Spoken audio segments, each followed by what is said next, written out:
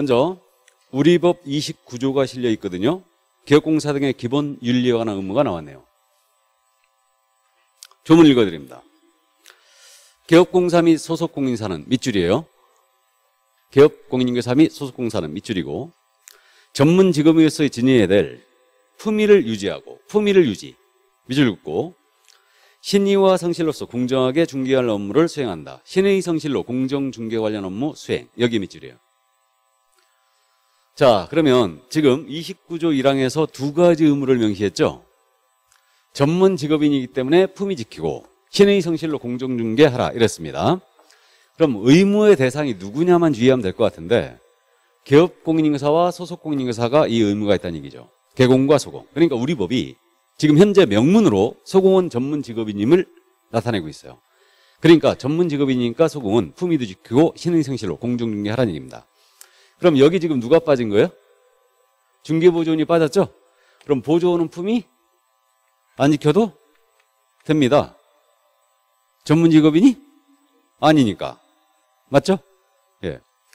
그렇다고 우리가 손님을 맞이하는 입장에서 사무소에 근무하고 있는데 품위 안 지키면 사장님한테 잘리겠죠? 그래서 어쨌든 보조원한테는 이런 의무를 부여할 필요가 없었던 거죠. 왜 그러냐면 보조원은 전문 직업인으로 안 보고 있는 거예요, 지금.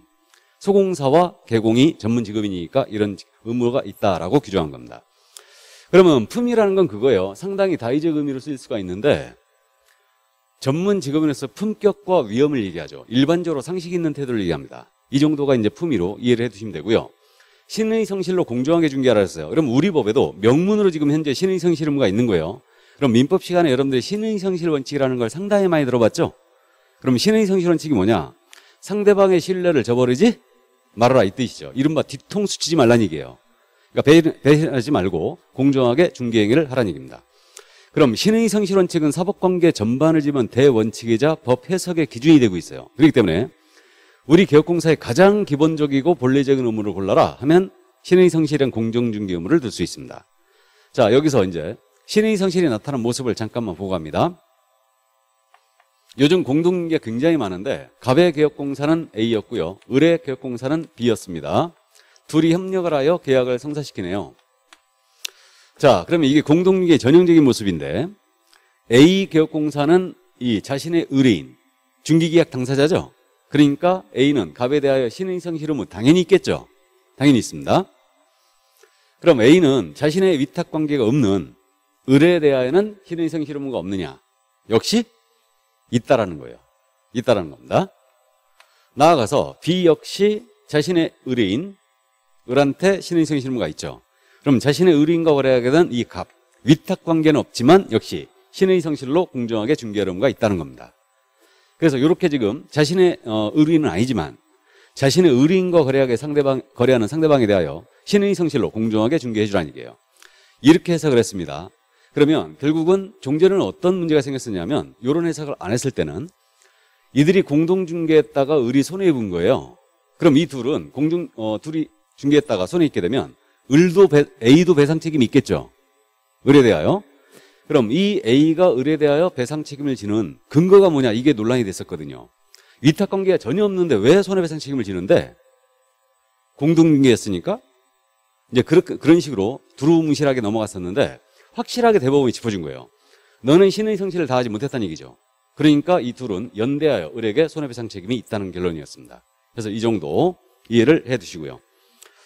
그래서 지금 판례를 잠깐 소개한 건데, 이거는 자신의 의뢰인과 거래하게 되는 그 상대방에 대하여 신의 성실로 공정하게 중개활동을 해주란 얘기였습니다. 이 정도 이해를 해 두시고요. 그러면 이제 넘어갑니다. 선량한 관리자의 주의 의무가 나오죠. 208쪽에. 이거는 지금 29조 1항에 명문의 규정이 없었습니다. 그러니까 선량한 관리자의 주의 의무라는 것은 이거는 판례와 통설에 의해 인정된 의무예요. 해석상 인정된 의무라는 얘기입니다. 명문은 없었어요. 그러나 이제 우리 대법원이 우리 개업공사에 선량한 관리의 주의 의무가 있다는 겁니다. 그럼 선량한 관리의 주의 의무라는 걸 줄여서 뭐라고 부르냐면 선관주의 의무라고 불러요. 그럼 선관주의 의무란 뜻은 무슨 뜻이냐면 이건 통상의 주의력이다. 이 정도로 이해를 해 두시는데,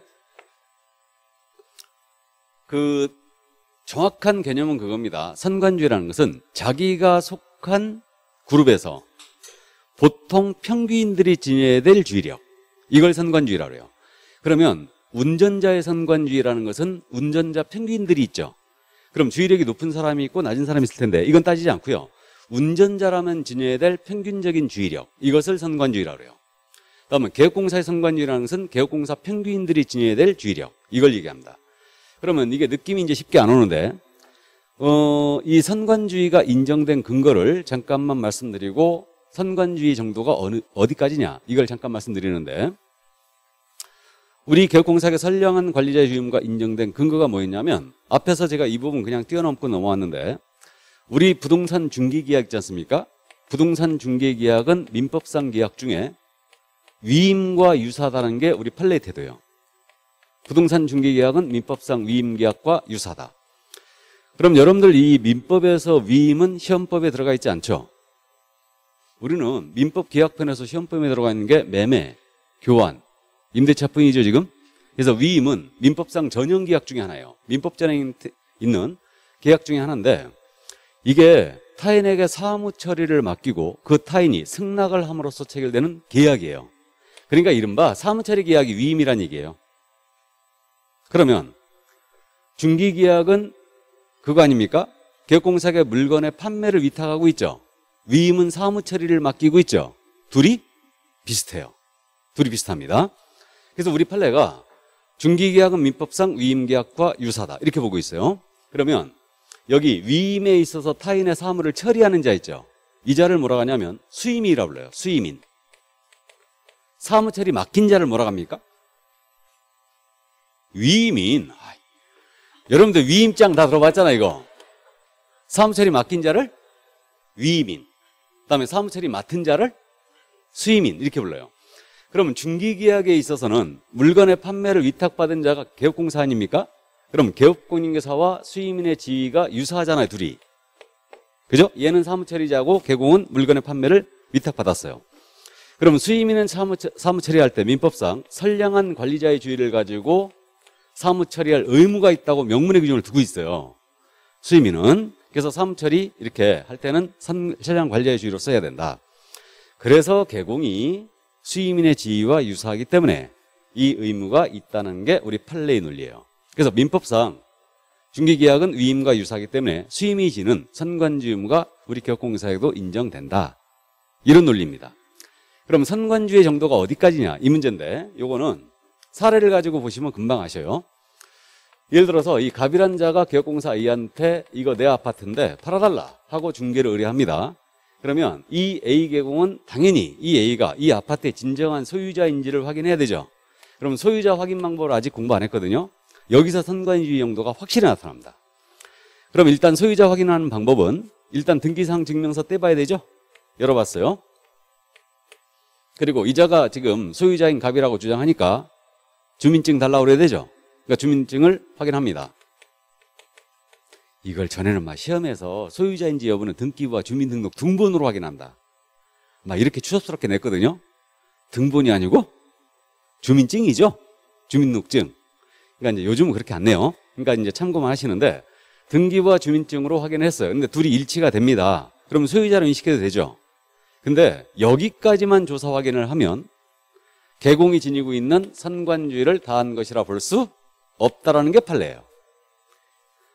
이거는 누구나 하나 기본이다. 누구나 하는 기본이다. 이거는 그러니까 최소한이라는 얘기죠. 이거는. 그러니까 개공은 전문 직업이니까 이자가 알지 못하는 자였다. 그러면 누구나 지금 권리자라면 갖고 있는 증서가 있죠. 증서.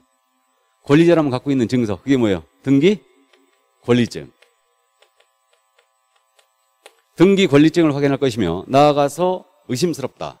그럼 인감증명서라든가 탐문 등을 통하여 더 조사할 필요가 있다는 거예요. 여기까지 해야지만 개공의 선관주의다라고 볼 수 있다는 거예요. 이게. 그러니까 선관주의라는 것은 통상의 주의력이라고 제가 말씀드렸지만 상당히 높은 주의력이죠. 그래가지고 부동산 거래를 중개함에 있어서 등기 권리증을 확인 안 했다. 그러면 우리 개업공사에게 중대한 과실이 있는 거예요. 선량한 관리자의 주의를 다 못한 거죠. 그러니까 중대한 과실이 있는 거고, 이로 말미암아 당사자가 만약에 손해입었지 않습니까? 그럼 손해배상 책임을 그대로 지게 되죠. 이게. 그래서 실무에서요, 서류 미확인 사고 있죠? 기본적으로 체크해야 될 서류들. 등기사항 증명서, 토지장, 건축물 내장, 지적도, 임야도, 토지 이용계획 확인서, 이런 것들, 등기 권리증. 이런 걸 확인 안 했다가 이른바 사기를 당했다. 그러면 이때는 중대한 과실이 있는 거고, 이건 협회 공제든 보증보험든 전부 다 구상 들어옵니다. 물어주게 되면 다. 중대한 과실이에요. 중대한 과실 사고에 대해서는 구상 100% 다 들어와요. 하나도 안 깎아줍니다. 이거는. 그러니까 서류는 철저히 확인해야 돼요. 그래서 요즘은 지금 부동산 가격이 한두 푼 하는 게 아니죠. 그러니까 거래할 때 손님한테 꼭 권리증을 확인해 보시기 바랍니다. 아셨죠? 그걸 꼭 지키세요. 원칙을 지키면 사기를 당할 일이 없어요. 근데 좋은 게 좋다고 괜찮겠지 하다가 결국 카운터를 심하게 맞으니까 우리가 실무적으로 사기를 당하면요, 중개업을 평생 못합니다. 사기를 당하면 그 정신적 충격이 너무 커서 사람이 무서워서 중개를 못해요. 아니면 내가 사기꾼이 되거나 둘 중에 하나지. 그죠? 그러니까 서류 미확인 사고 안 나도록 서류 확인은 철저히 꼭 해주시고, 그 한 가지 이제 당부드리고 싶은 게, 뭐 실무 선생으로서 실무하실 때 촉을 꼭 믿으세요. 촉. 우리가 촉수는 없지만 촉은 있죠? 중개하다가요, 기분이 샤할 때가 있어요. 그때 있습니다. 그때는 딱 중단시켜야 돼요. 딱 중단시키고 FM대로 일을 진행해 버려야 됩니다. 내 눈으로 다 확인해야 돼. 철저히 다. 그러니까 상대방 중개업소 말을 절대 믿으면 안 돼요. 내 눈으로 직접 확인해야 돼. 내 눈으로. 근데 대부분 뭐 권리증 갖고 오라고 하잖아요. 권리증만 확인해도 대다수 이 사기를 막을 수가 있는데, 권리증 갖고 오라면 손님들이 대다수 뭐라고 하느냐? 어디다 뒀는지 모른다. 이 중개업소는 왜 이렇게 까다롭게 그러? 다른 데서 권리증 보자는 얘기 하나도 안 하던데. 막 그러거든요. 손님들이 푸념을 해. 그래도 못 들은 척하고 무시해버려야 돼. 우리 손님 보고자 한다. 보자. 그러니까 이제 우리가 통상 실무적으로 가계약금 먼저 들어가잖아요. 그리고 본계약을 체결하면서 권리증을 확인해야 돼. 근데 잔금시 확인하는 건 아무 의미가 없어요. 사기범들은 절대 잔금까지 안 가요. 잔금시 권리증 확인한다? 절대 안 갑니다. 사기범들은 잔금까지 절대 안 가요. 계약금 받고 중도금 잔뜩 받았고 튀어버리는 거지 그냥. 그러니까 어쨌든 그 서류, 계약 돈 들어갈 때 미리 확인하는 게 좋다. 물론 나랑 지속적으로 거래했던 손님이요, 이 손님이 주인인지 내가 알아, 임대인지 알아, 그때는 확인할 필요 있어 없어요? 없죠. 아는 사람이면. 모르는 사람이었을 때. 그래서 어쨌든 처음 거래한다 그럴 때는 이제 반드시 확인해야 돼. 그러니까 이제 통상 공동중개를 많이 하지 않습니까? 그러면 공동중개 많이 하는데, 가배개혁공사 A고 의뢰개혁공사는 B였는데 우리가 B야. 여기가 물건지예요. 손님지 물건지죠? 그럼 계약서라든가 설명서 전부 다 물건지에서 서류 처리하거든요. 그럼 물건지에서 주인인지 여부를 체크해야 될 거 아니에요. 맞죠? 근데 여기도 모르는 사람이야. A가 값을 모르는 사람이야. 그럼 권리증 확인해야 되잖아요. 그럼 우리처럼 FM대로 하는 사람이라면 확인할 거 아니에요. 근데 여기는 대충 손님 붙이는 데만 관심이 있어. 일을 대충 하는 거야, 대충. 그럼 여기 말만 믿고 주인이 맞다. 사기를 당했어요. 돈 넣는 쪽은 우리 쪽이잖아 지금. 내 책임 면한다 못 면한다? 못 면해요. 그러니까 못 면하기 때문에 반드시 확인해 줘야 됩니다. 그러니까 여러분들이 일을 하시다 보면 이 중개업소가 일을 잘 하는구나, 잘 못하는구나 이제 금방 파악이 돼요. 그러니까 이제 실무 가시면 그런 걸 많이 느끼는데, 중개업소들끼리도 단골이 생겨요. 중개업소들끼리도. 그러니까 이 물건, 갑이 내놓은 물건을 A도 갖고 있고 C도 갖고 있고 D도 갖고 있고 E도 갖고 있을 거 아니에요. 그럼 물건 주세요 하고 공동망으로 띄워. 그러면 물건 쫙 A, C, D, E에서 날라올 거 아니에요? 쭉 날라옵니다. 그럼 우리가 선택하는 거지. 이 중개업소와 거래하게 되면 물 흐르듯이 계약이 진행되는 거야 그냥. FM들이 일을 해버리는 거죠.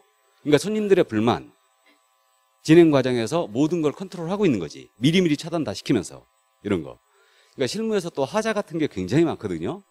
하자 때문에 분쟁이 많이 생기는데 그런 것들을 미연에다 방지하고 있는 거예요. A 쪽은. 근데 D 중개업소는 손님 붙이는 데만 관심이 있는 거야. 여기하고 공동중개 하기만 하면 이게 말썽이 생기는 거야 자꾸. 그런 중개업소 있어요. 그러면 결국은 여기는 도태돼 가는 거죠. 물건 쭉 날라오잖아요. 그럼 옛날에 기억이 있는 거지. 이 중개업소와 거래하면 여기는 물 흐르듯이 이 사장님이 일을 진짜 잘한다. 그러니까 꼼꼼하더라. 나랑 또 스타일이 비슷하더라. 그래가지고 여기하고만 거래하는 거지. 이렇게 단골이 생기는 거예요. 무슨 말인지 아십니까? 그러니까 이제 우리가 일을 하면서 중요한 거는 돈이 한두 푼 왔다 갔다 하는 게 아니니까 이런 서류들 철저히 다 확인해야 돼. 그러니까 서류 확인할 때도 대충 보는 거 아닙니다. 그래서 여러분들이 등기법을 공부하는 거 아닙니까? 그러니까 솔직히 뭐 손님 모시고 잘 안내만 잘하면 됐지 무슨 공부를 이렇게 해야 될까? 어? 민법을 거기까지 알아야 될까? 이런 고민들을 많이 하는데 등기법을 보는 그 공부하는 주된 이유는 등기상 증명서를 쭉 보면서 아 소유자가 갑이네? 그것만 확인하는 얘기 아니에요. 그러면 갑구를 딱 떼어가지고 아 이게 지금 현재 권리관계 어떻게 됐을까? 소유자가 어떻게 바뀌었을까? 중간에 뭐 경매가 진행된 사실 없었나? 가압류가 된 사실 없나? 이런 것들을 한 번쯤은 들여다보는 거죠. 그래서 이제 공시법을 공부하고 그러는 겁니다. 그러니까 이제 이게 실무에 여러분들이 배운 대로 적용을 해나가는 거죠. 그러니까 요즘 우리 이 중기업도 젊어지지 않습니까? 계속 젊어져요, 연령층이. 그러니까 머리가 저처럼 희끗희끗한 사람들은 항상 염색하고 나가야 돼요. 이거. 저야 원래 이제 제 트레이드 마크가 직상모에다 까만 머리가 이제 난 염색 안 했어요, 지금. 우리 집안 트레이드 마크입니다. 직상모에 까만색. 그래갖고 우리 누이는 그 처녀 때 엄청 이거 싫어했어요. 머리 너무 시커멓다고. 그래갖고 어쨌든 요즘은 층이 젊어져요. 손님들, 여러분들이 손님이라고 생각해 보세요. 아니 한 중개업소 갔더니 머리 희끗하게 해갖고 냄새 풀풀 나. 담배 방금 피고 왔어. 어? 근데 이쪽을 갔더니 아주 말끔하게 생겨갖고 내 꽃 따위 딱 메고 브리핑 태블릿 탁 펴가면서 화면에 딱 띄워가지고 막 브리핑 나가는 거야.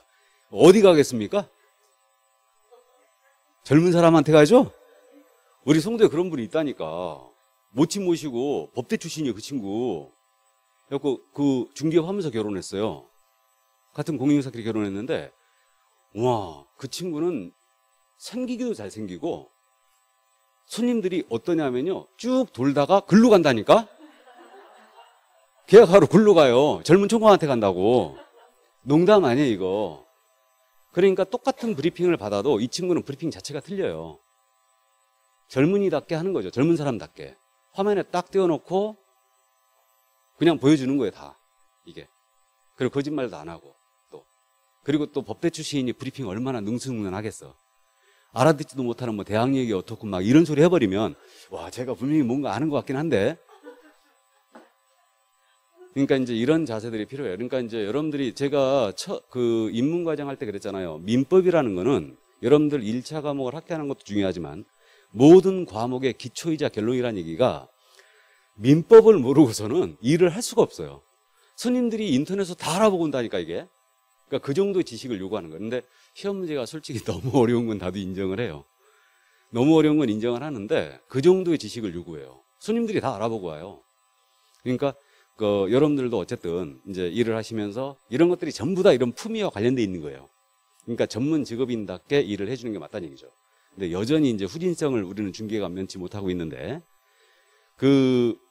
외국 같은 데는 그렇다면서요. 공인중개사가 일을 한번 할 때 한 건만 중개도 연봉이 나와버리는데 그 정도로 비싸다는 얘기죠. 미국 같은 경우는 6%에 6% 보수가. 그리고 사가지고 만들었고 다시 팔고 그러잖아요. 다 비워놓은 상태에서 자기가 책임지고 진행시키는 거죠. 근데 리포트가 이만큼씩. 손님한테 리포트가 이 정도가 나가는 거예요. 그러니까 모든 책임을 다 지는 거죠, 공인중개사가. 근데 우리는 리포트는 무슨 리포트야. 손님 붙이고 돈만 받는데 아주 급급하지. 그죠? 근데 이제 그런 후진성을 면치 못하고 있는데 어쨌든 뭐 그 정도까지는 아니더라도 이런 법률적인 지식들, 이런 것들이 이제 좀 필요하다는 얘기입니다. 그래서 여기서 이제 당부드리고 싶은 거는 뭐 지난 순환 때는 제가 사기 사건을 몇 가지 지금 소개도 하고 이제 할까 하다가 여러분들이 너무 겁먹을까봐 이제 얘기를 안 하도록 하겠습니다, 그냥. 사기 사건이 자주 있는 건 아니니까. 근데 이제 다만 당부드리고 싶은 거는 미심쩍으면 또 끊어야 됩니다. 끊고 FM대로 진행을 하고 되도록이면 모르는 손님이었다. 그러면 매매든 임대차든 전세든 관계없이 한두 푼 오고는 게 아니니까 권리증을 꼭 보도록 하세요. 그러니까 이제 공동중개하더라 우리가 손님이잖아요. 우리 손님이 보고 싶어 하신다. 이 중개업소에 반드시 얘기해야죠. 그리고 우리가 다이렉트로 또 참고로 말씀드리면 공동중개할 때 다이렉트로 손님한테 얘기하는 거 아니에요. 같이 집 보러 가더라도 손님한테, 이 손님한테, 이쪽 중개업 손님한테는 말도 걸면 안 돼, 원래. 이 손님이 우리한테 물어보면 대답은 해주는데 여기에 승낙을 받아야지. 무슨 말인지 아시죠? 이게 우리가 개업공사에 보이지 않는 룰이에요. 그러니까 이쪽 손님한테 직접 우리가 다이렉트, 여기도 우리 손님한테 다이렉트로 하는 거 아니에요, 다. 물론 서로 전화번호 안 알려주죠. 안 알려주는데 우리끼리 얘기하는 거야, 다. 우리끼리. 그렇게 얘기하고 손님이 든 앞에서는 절대 승질내면 안 됩니다. 인상 써도 안 되죠. 그 다음에 개공을 비난해서도 안 돼요. 이건 싸움을 붙이는 꼴로밖에 안 돼. 그러니까 결국은 우린 중개하는 입장이기 때문에 여기가 일을 어설프게 하더라도 이걸 감싸면서 일단 진행을 시키고 철저히 내 할 일은 다 해버려야지, 그냥. 그러니까 안 갖고 왔다 하더라도 바로 승질내지 말고 바로 그럼 내 일학도 한번 보여달라. 팩스락도 밀어달라. 이런 식으로 진행을 시켜야지. 무슨 말인지 아시죠? 예, 그래서 어쨌든 서류 꼭 확인을 하라는 말씀 드리는 거고요. 자, 그러면 이제 여기까지 뭐 시험에 안 나오는 부분을 너무 많이 했는데 실무적인 문제였습니다. 자, 그럼 선관주의 의무는 통설과 판례에 의해 인정된 의무였다는 거, 이 정도 이해하시고 이제 비밀 준수 의무로 넘어갑니다. 210쪽이에요. 전문 직업인들은 대다수 비밀 준수 의무가 있죠. 그래서 이제 비밀을 누설하게 되면 형법상 그 업무상 비밀 누설죄로 처벌되기도 하는데 우리는 직접 규정을 두고 있습니다. 자, 그럼 법제 29조 제2항. 개업공사 등은, 등이란 말의 동그라미죠. 개공 등이란 표현이 또 등장했습니다. 세 번째 등장했는데 개업공사 등은 이법 및 다른 법률에 특별한 규정이 있는 경우를 제외하고는 그 업무상 알게 된 비밀을 누설하여서는 안 해야 된다. 개업공사 등이 그 업무를 떠난 후에도 또한 같다. 자, 다음에 이제 벌칙인데요. 제49조 벌칙 제2항이 실려 있거든요. 29조 제2항 규정에 위반한 자는 피해자의 명시한 의사에 반하여 벌하지 아니한다. 이렇게 돼 있죠. 자, 보겠습니다. 비밀 준수 의무 잊어버릴만 하면 한번 물어보고 잊어버릴만 하면 한번 물어보는데 가볍게 그냥 이해해 두시면 돼요. 우리한테 내는 게 유리해요. 그냥 맞춰버리니까. 그럼 이제 적용 대상이 누구냐면 우리 중개보조원은 전문 직업인으로 안 받죠. 그럼에도 불구하고 비밀 준수 의무는 있다는 거죠. 그래서 비밀 준수 의무는 중개업 종사 전체, 개공, 소공, 보조원, 임원, 사원 전체예요. 이걸 우리 뭐라고 표현한다고요? 개공, 등이라 표현한다. 그래서 이중 소속에서 등장한 바가 있고 결격 사유에서 개공 등이라는 표현이 등장했어요. 오늘 비밀 준수 의무에서 등장하고 이제 잠시 후에 하게 될 금지행위에서도 개공 등이 등장합니다. 그럼 중개업에 종사하는 전체는 업무상 알게 된 비밀 누설은 안 됩니다. 그러면 반드시 지켜야 될 의무는 아니라는 거죠. 예외가 있어요. 그래서 예외가 있는데 이 법 및 다른 법률에 특별한 규정이 있는 경우는 제외한다라고 했습니다. 이 경우를 제외하고는 업무상 알게 된 비밀을 누설하면 안 된다. 그러면 누설해도 되는 경우 본인의 승낙이 있다. 이건 당연한 얘기 아니에요? 나는 비밀로 할 필요가 없다 이거. 그러면 당연히 이건 비밀로 가치가 없는 겁니다. 그 다음에 다른 법률에 의해 강제되는 경우를 했는데 서로 비밀을 지킬 의무와 고지를 해야 할 의무가 충돌을 했다. 그럼 이때 우리는 고지 의무가 먼저라고 해석하고 있어요. 특히 오늘 확인 설명 의무를 공부하는데 확인 설명해야 될 사항에 대해서 비밀을 지켜달라. 예를 들어서 소송이 제기된 사실이 있었거든요. 그래갖고 매도 쪽에서 내가 이거 저쪽에서 괜히 트러블 거는 거니까 내가 소송 금방 끝낸다. 이거 아무것도 아니다. 매수인한테 얘기하지 말아달라. 라고 하는 겁니다. 이런 사실을 고지하지 않았어요. 그러면 비밀을 지킬 의무와 소송 제기된 사실을 충돌했죠, 지금. 뭐가 문제냐? 당연히 고지 의무가 문제죠. 고지해야 됩니다. 이때는 지킬 필요가 없고요. 자, 그 다음에 또 이제 다른 법에 따라 구체적으로 강제되는 경우가 민사 절차나 형사 절차는 증인 출석하는 거, 증인. 그럼 증언의 의무가 있죠. 그러니까 이때는 비밀 지키는 의무가 없고 나아가서 세법상 세무조사를 나갑니다. 그럼 세무공무원 질문에 답변해야 돼요. 그러니까 이때는 비밀을 지킬 의무가 없습니다. 그래서 이렇게 법에 의해서 강제되는 경우는 지킬 의무가 없어요. 우리 그저 증인들 출석하면은 제일 많이 나오는 답이 뭐예요? 모릅니다. 그러면 이거 위증으로 갈 수 있어요. 나중에. 그렇죠. 기억이 안 난다가 제일 많아요. 기억이 안 난다는 이걸 뜯어보지 않는 이상은 절대 모르죠, 이거. 그러니까 이제 모른다 그래버리면 이거는 잘못하면 위증죄로 처벌할 수 있거든. 알았다는 걸 증명해버리면. 그러니까 어쨌든 증인으로 나가면 이렇게 지킬 의무가 없습니다. 그러니까 이런 예외가 있다는 거 이해해 주시고.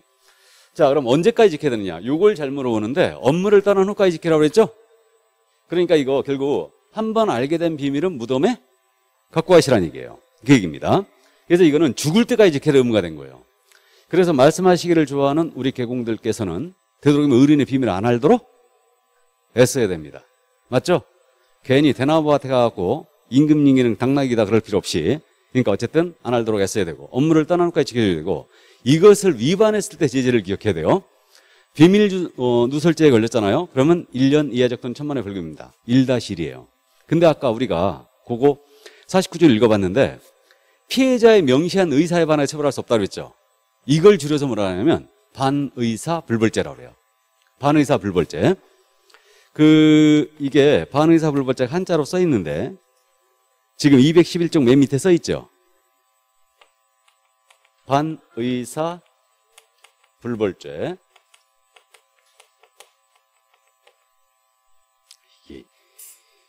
이것도 이제 기억이 잘 안 나네. 자, 이렇게 되는데 의사에 반하여 처벌할 수 없는 범죄란 뜻이에요. 그러니까 피해자가 처벌을 원치 않는다. 저 개공등이 깊이 반성을 하고 있으니까 처벌을 희망하지 않습니다. 라는 의사표시를 했잖아요. 그러면 비밀누설죄로 처벌할 수 없게 됩니다. 이걸 반의사 불벌죄라고 해요. 피해자가 명시적으로 처벌을 희망하지 않는다. 불처벌의 의사표시했다는 얘기예요. 그럼 처벌할 수 없게 되는 범죄입니다. 이거와 똑같은 형법상의 범죄가 뭐가 있냐면 폭행이 있어요. 폭행. 명예훼손도 있고. 그래가지고 사람 지업해가지고 경찰서 다녀오신 분은 잘 아시거든요. 이거. 경찰관이 피해자하고 합의봐오라고 그러죠. 그럼 합의봐오면 합의서 그렇게 쓸 거 아니에요. 이유, 민, 형사상 일체의 책임을 묻지 않겠다. 내용 들어갔죠. 그럼 이 합의서가 제출이 되면 불처벌의 의사표시 한 거죠. 그러면 폭행으로 절대 처벌을 못해요. 그래서 형법상 폭행죄가 바로 대표적인 반의사 불벌죄예요. 그와 똑같이 우리 비밀누설죄가 반의사 불벌죄라는 얘기입니다. 이게. 그럼요, 비밀누설당한 피해자가 아무 얘기 안 하고 가만히 있은 거예요. 가만히 있었습니다. 그럼 처벌될까요? 안 될까요? 네? 처벌된다는 얘기죠. 가만히 있으면 처벌한다는 얘기예요. 명시적으로 처벌을 원치 않는다라고 했을 때 처벌을 못한다는 얘기죠. 이해되십니까? 그 정도. 이게 바로 반의사 불벌죄였어요. 자, 그럼 피해자의 명시한 의사에 반하여 처벌할 수 없는 범죄가 된 겁니다. 이 정도. 그래서 여기까지 비밀누설죄 이해를 해두시고, 그럼 한 장을 싹 넘어가면 금지가 나오고 있죠?